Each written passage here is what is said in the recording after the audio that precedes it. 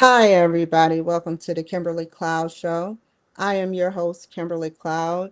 Once again, I'm on a winning streak. I got another doctor in the house. It's an honor to have them in the house every now and again. And I wanted to go ahead and have her introduce herself and what she specializes in, and then we'll move on for her past leading up into her present. Go ahead, doctor, and introduce yourself. I'm excited for Happy you. to. Well, first off, thank you so much for having me on today. I'm really happy to be here. I am the founder and director of EBL Coaching, which is a one on one tutoring program that helps students in grades pre K to 12 who are neurodiverse develop their core academic skills in reading, spelling, writing, math, and study skills. And we specialize in using all research based multisensory techniques to help students develop these fundamental skills so that they can really thrive in school. And we provide tutoring not just in person in our local New York and New Jersey areas, but we also provide virtual tutoring to students worldwide. Well done. And when did you open it worldwide, by the way? Well, I officially started EBL coaching in 2004, but then in terms of the virtual tutoring, it's been about 6 years now since we've really expanded that platform. And what has been the success rate based on what you can guesstimate or know? You mean for the virtual tutoring or in Yeah, general? like what has been a success rate like K through 12 of their multisensory skills being enhanced? Sure. Well, we've had a very positive success rate with our students, Good. mainly because we don't use a one size fits all kind of approach. We pull from about 22 different research based techniques depending on what's right for each student.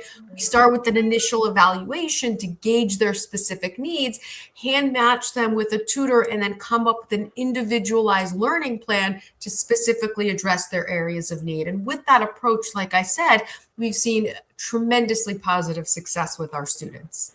Well said. And tell me about what multisensory is, because some of my audience don't know what that is. Sure. What multisensory means is that rather than just say listening to a teacher or working out of a workbook or engaging one sense, we integrate multiple senses simultaneously: the visual, the auditory, and the tactile kinesthetic modalities with tools like magnetic tiles, colored sand, shaving cream, whiteboards, all as part of a structured approach to teaching. What was it like before, like during your I apologize, during your mother's time, because you didn't ease into that. We talked about that off camera, how she went was a teacher for special needs children, I believe. And tell me about her era, what they specialized in, if you can remember that, and then the area with what you specialize in now and how they have gotten better on advancements for special needs children. Sure. Well, as I mentioned earlier off camera, I grew up in the field of special education where my mother was the founder of a school for students with learning disabilities. Okay. Back then, even though it was a long time ago, at her school, they actually did use a multisensory approach to teaching, which was incredibly effective. There just wasn't as much research done about why and how that method was so effective. And I would say in traditional classroom settings, there really wasn't as much of a multisensory approach being used. But in her school, they were sort of pioneers and they were using a multisensory approach. And that's really what we're doing now as well. But again, there's a lot more research that supports it. There's more tools, there's more strategies that we can pull from to really provide highly effective instruction to students. Was she in the beginning era of talking about multisensory? Because prior to that, I don't think there was anything that they were doing for children that had special needs. It really was not as common back then. It was more common if it was a special education school, but in the traditional classroom setting, I would say it was probably very rare that a multisensory approach was used.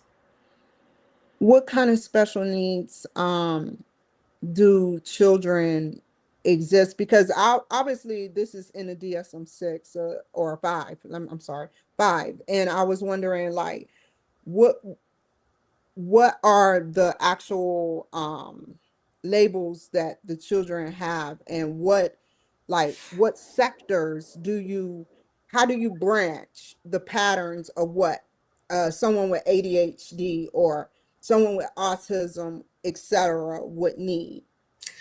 Well, first off, of course, there's so many different diagnoses that we work with, but I would say some of the more common ones are learning disabilities, specifically dyslexia, which is a learning disability of reading, dyscalculia, learning disability of math, dysgraphia, learning disability of writing, ADHD, autism, language challenges. I would say those are some of the most common ones that we work with, but within that, every student is different. So it's not just one set of methods or materials that we use for every student who has ADHD or every student who has dyslexia, because each student has different challenges within their diagnosis. For example, a student with ADHD might struggle a lot with their executive functioning skills, like planning, organization, time management, in which case we would work on developing those skills. But some students with ADHD also struggle with writing. So we would want to also address that skill as well. And that's where that initial evaluation comes in, is really determining what their specific areas of weakness are so we can come up with a plan to target those skills in the tutoring. New environment and sometimes lack of parenting cause a conflict in between trying to help a special needs child and is there a good success rate for special needs child that just need extra attention on areas that they can come out of this as more elevated educational citizens or children or young adults? Well, I think every individual, regardless of what kind of diagnosis they may or may not have, has the potential to thrive and excel in life. I think getting through school is the challenge for many of them. And that's why having a diagnosis early on, having the right supports and the right services in place as early on as possible can really help them through that process. But some of the most brilliant business leaders, entrepreneurs, celebrities, actors have ADHD or autism or dyslexia, and they've been able to see incredible success in life. So, again, with the right support and the right services to get through school, I believe every child has the potential to excel. Across the spectrum, do you feel like having the you're successful, like what has been the patterns that you have seen with ADHD and everything? Like when you see a child or evaluate or analyze a child or a young adult with ADHD, dyslexia, etc., do you see an environmental problem? Do you see that maybe they weren't in the right schools, or it, it could be anything, like their life history could play a part in why they are lacking some, because to be honest, there's some people that don't even have laptops still. So I was just wondering, like, what is your input, and when did you fall in love? I know your mother was the founder, and that is excellent, but when did you become like loving? You were like, I love this, is something that I can see myself having a career with, doctor. Sure. Well, to the first part of your question, I don't think that when a child is diagnosed with, say, ADHD or dyslexia, it's usually not just about not having received the right support or the right laptop or the right tools. That could be part of it, but usually it's the way that the brain is structured, that a child who has a dyslexic brain is different than a neurotypical brain. And therefore, they need specific types of instruction and services in order to access the curriculum, in order to build their skills, unlike a neurotypical child. So, but in order to know that, a child really would have to undergo a full psychological, neuropsychological evaluation to see what may or may not be going on a deeper level. In terms of when I fell in love with it, I, after college, started working with students one-on-one myself who had all types of special education needs. I was living in New York City and I was going from home to home. And I worked with so many different types of learners, students with severe dyslexia, mild dyslexia, dysgraphia, ADHD, autism. I really saw it all. And I just saw how these kids' eyes would light up and their confidence would grow when they received the right support and they were able to build these skills after being used to so much struggle and so much negativity in the classroom. And I think that is what motivated me back then, and what still motivates me every day, is seeing how life changing it could be for these kids to receive the right support. Well said. And can you actually graph, well, MRI or look at a brain graph to see if someone with dyslexia or ADHD is more susceptible for their education being put on hold versus someone with a normal brain? And also, do you feel like dyslexia is something that could be like caught? Obviously, it can. That's what special education is for, but how, what are the signs to look for? Sure. Well, first off, there is a lot of research done on the brain structure of students who, for example, have dyslexia. In fact, Yale University, the Shaywitz Center does a lot of brain research on dyslexic brains. And it's fascinating how certain parts of the brain light up for neurotypical individuals when they read, that may not when they have dyslexia. So it's fascinating research that continues to evolve. In terms of what to look for, usually early signs of dyslexia can be things like a child really struggles to learn the names of the letters and their corresponding sounds. They struggle to write the letters properly. They struggle to blend sounds together to form words. When they're a little bit older, their reading fluency is very slow. They have to put so much effort into reading that it affects their comprehension. Writing is a struggle for them. These are all signs that could suggest dyslexia, but again, they would need to have a comprehensive evaluation done in order to determine if, in fact, there is dyslexia. Has Well said. Has Yale's made an article yet about how it could be hereditary and like let's see how long it would take a 5-year-old versus a 17-year-old to advance their skills? Because just think about it. If there are special education schools, but not everyone that has special needs go to special eggs because of the stigma, and that's a scary thing. So what are your thoughts on that? I think there's so many variabilities in terms of the pace of how quickly a student responds to remediation. Obviously, there's a lot of research that tells us that the earlier we can intervene, the earlier we can remediate these skills, the better, the more likely they'll see long-term success. That's not to say that if we have a 17-year-old and we go back to basics and we build the foundations and move upwards, that they don't have the potential to build those skills as well. So all case by case, but every student has the ability to develop these skills. Earlier, though, is definitely better than later. And do you try to develop, and for the future, do you try to develop creativity and curiosity in them? And do you use stuff, are you planning or do you use stuff with AI?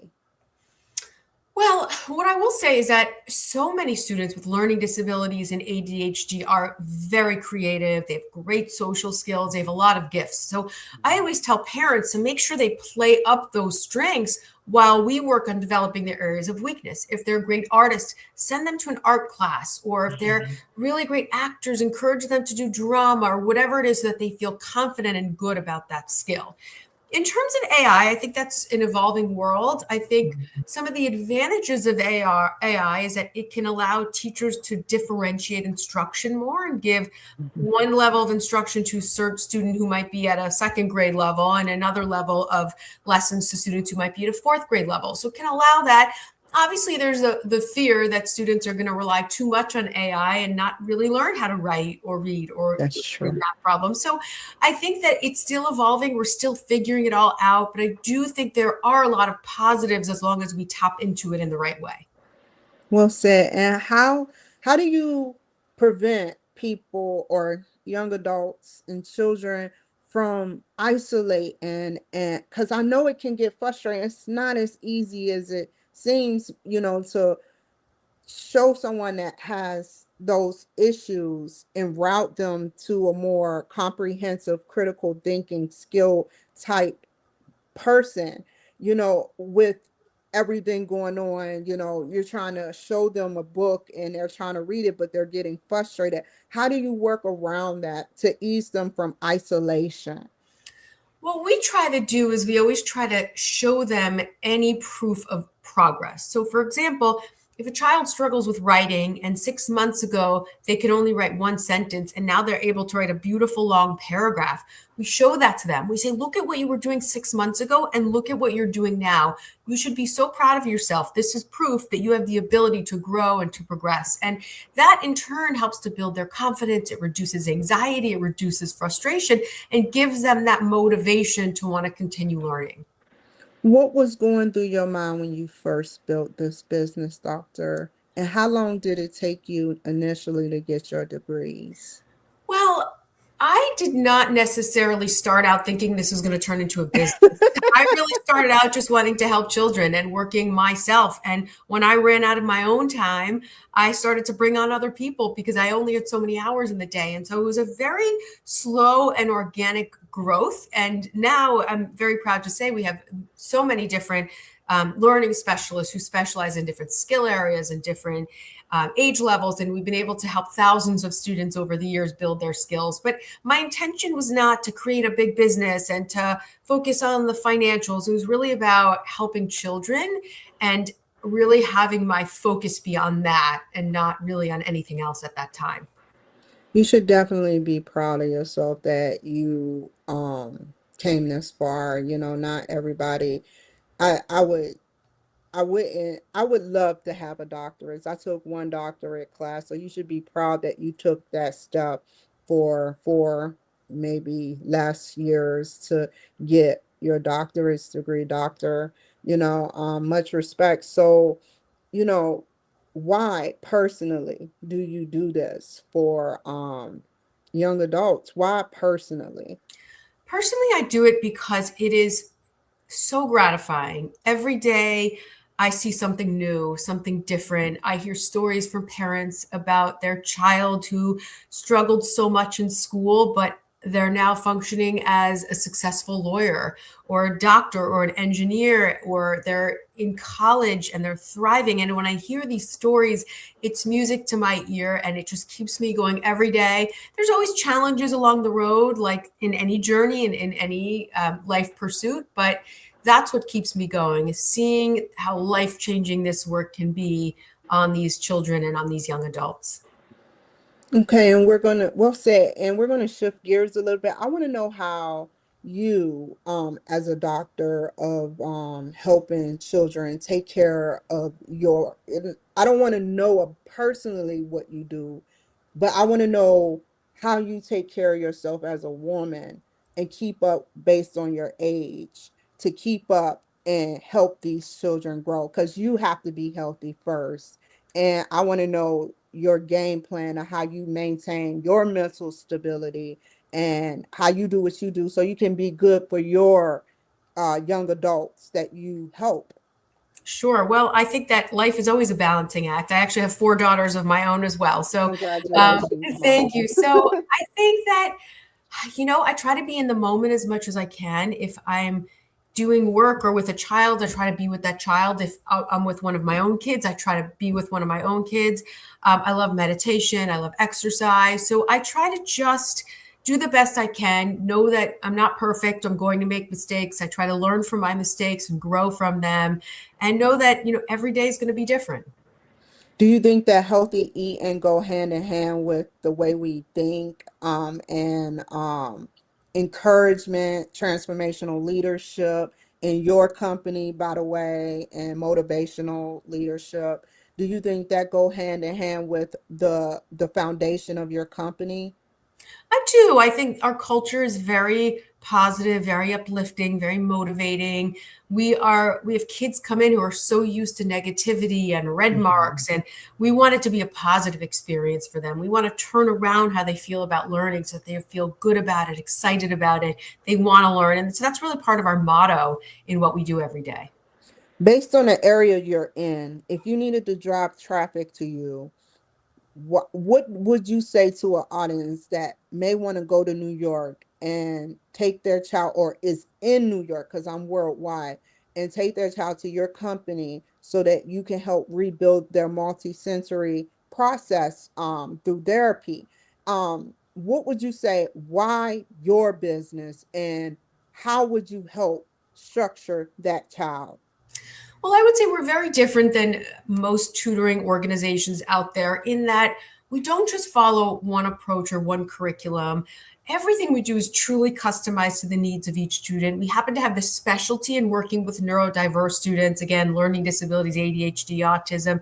But beyond that, we evaluate each student. We read any other evaluations they may have already done to learn as much as we possibly can about each child, and then really put together an individualized plan for the tutoring, again, using research-based multisensory techniques that are highly customized to their specific needs and their specific levels. And that combination is what has led us to such fantastic success with our students in changing their lives and improving their overall academic performance. Have you tapped into any musical breakthroughs with Beta and all of those binaural beats and stuff for children? We don't really use music. Many of our kids are gifted at music and they pursue that outside of the tutoring, but we try to really focus more on those core academic skills. Lecture, basically. That's cool. That's cool.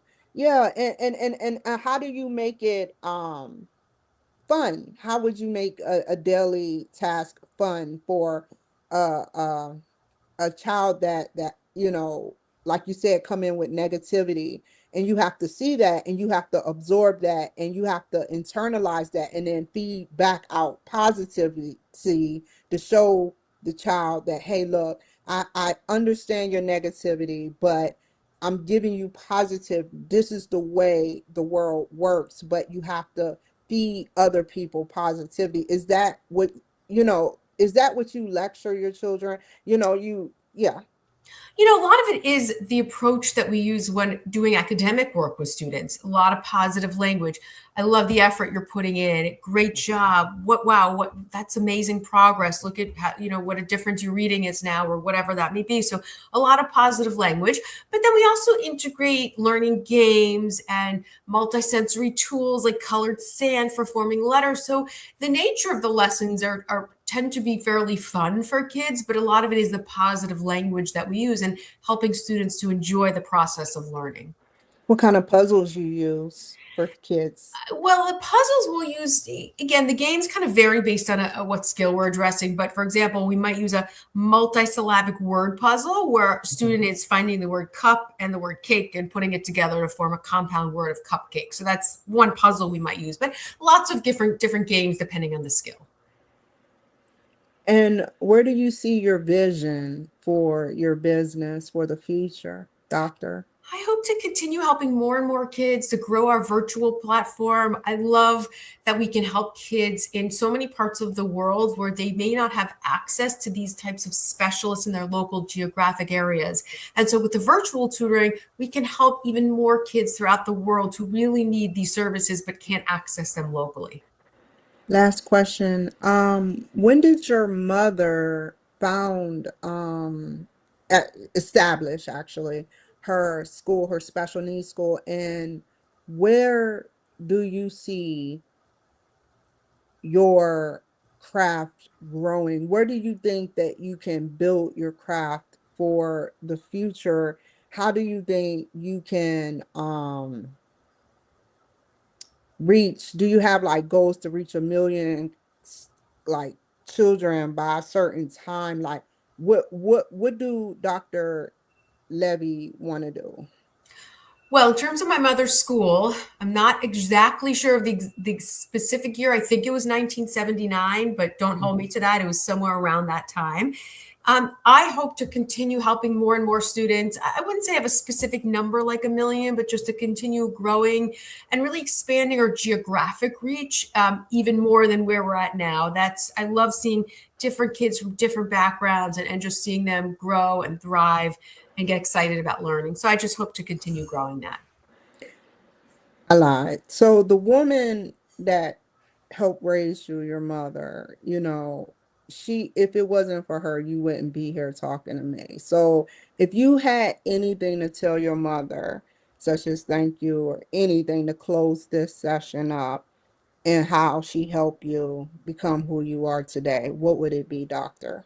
I think thank you is really the best way to say it. Thank you for your support, your love, your help, your modeling of being a great mother and a great leader and a great entrepreneur and all these wonderful qualities that I think I probably absorbed without really realizing it, appreciating it when I was young, but can now look back and really appreciate them so much. Thank you. And how can the people reach you? The best place is our website, which is eblcoaching.com. There's lots of articles I've written, different podcasts I've been on, of course, information about our services. And then we're also on pretty much every social media platform under EBL Coaching, Facebook, Instagram, TikTok, YouTube, lots of educational videos on there as well. Tell me about one article that piqued your interest that you wrote about before I end with your end with the show. Well, I've actually written several articles about the Orton Gillingham method, which is a specific research based method that helps students develop their decoding and encoding skills, which is essentially the phonetic aspect of reading and spelling. It's highly effective. It's something that we use every day, and any child who struggles with reading can really benefit from this approach. Thank you so much. Stay on the line. Thank you guys so much for joining my show today. Take care, be safe, and I will see you guys another time. Bye.